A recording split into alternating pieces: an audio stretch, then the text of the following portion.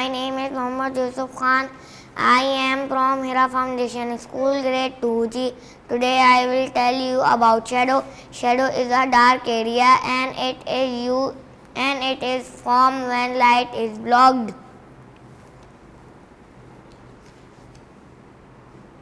Look at this shape.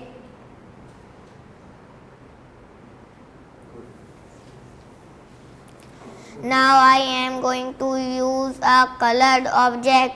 Will the color of the shadow change?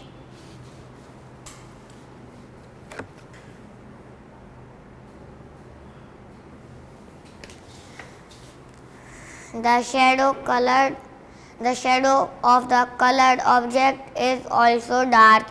We can also change the shape